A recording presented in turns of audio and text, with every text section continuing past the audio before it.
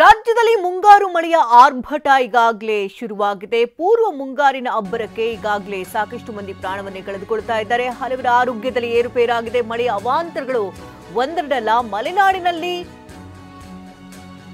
ಗುಡ್ಡ ಕುಸಿದಿದ್ದು ಮನೆಗಳು ಜಲಾವೃತ ಆಗಿದೆ. ಇತ್ತ ಕರಾವಳಿಯಲ್ಲಿ ಮಳೆಗೆ ಮುಳುಗಿದೆ ಮನೆಗಳು. ದಕ್ಷಿಣ ಕನ್ನಡದಲ್ಲಿ 4 ದಿನಗಳ ಕಾಲ ರೆಡ್ ಅಲರ್ಟ್ ಅನ್ನು ಘೋಷಿಸಲಾಗಿದೆ. ಇಂದು ನಾಳೆ ಜಿಲ್ಲೆಯ ಶಾಲಾ ಕಾಲೇಜುಗಳಿಗೆ ರಜೆಯನ್ನ ನೀಡಲಾಗಿದೆ.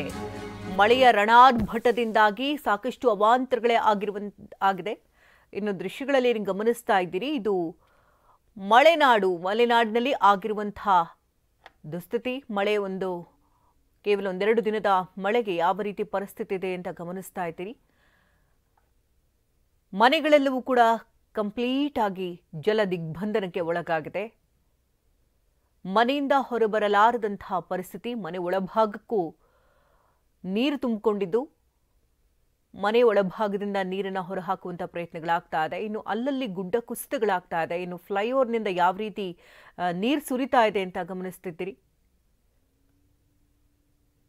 ವಾಹನ ಸವಾರರಿಗೂ ಕೂಡ ಒಂದು ರೀತಿ ಪೀಕಲಾಟ. ಯಾಕಂದರೆ ಒಂದು ಬಾರಿ ಮಳೆ ಬಂತು ಅಂತ ಅಂದರೆ ಅದರಿಂದ ಆಗುವಂತಹ ಅವಾಂತರಗಳು ಒಂದೆರಡ ಇರುವುದಿಲ್ಲ. ಇತ್ತ ಕುಮಾರಧಾರಾ ಸ್ನಾನಘಟ್ಟ ಯಾವ ರೀತಿ ಮುಳುಗಡೆ ಆಗಿದೆ ಅಂತ ನೋಡ್ತಾ ಇದ್ದೀರಿ. ಮಳೆಯ ರಣಾರ್ಭಟದಿಂದಾಗಿ ಒಂದೆರಡು ಅವಾಂತರಗಳಾಗ್ತಾ ಇಲ್ಲ. ಏಕಾಏಕಿ ಅಲ್ಲಿ ನೀರು ಬಂದ ಪರಿಣಾಮವಾಗಿ ಅಲ್ಲಿ ಹೋದಂತಹ ಪ್ರವಾಸಿಗರಿಗೆ ಒಂದು ರೀತಿ ಸಮಸ್ಯೆಗಳು ಉಂಟಾಯಿತು. ನಂತರ ಅವರನ್ನು ಹಗ್ಗ ಕಟ್ಟಿ ಸೇಫ್ ಆಗಿ ಹೊರತರ್ತಾ ಇರುವಂಥ ದೃಶ್ಯಗಳಿದು.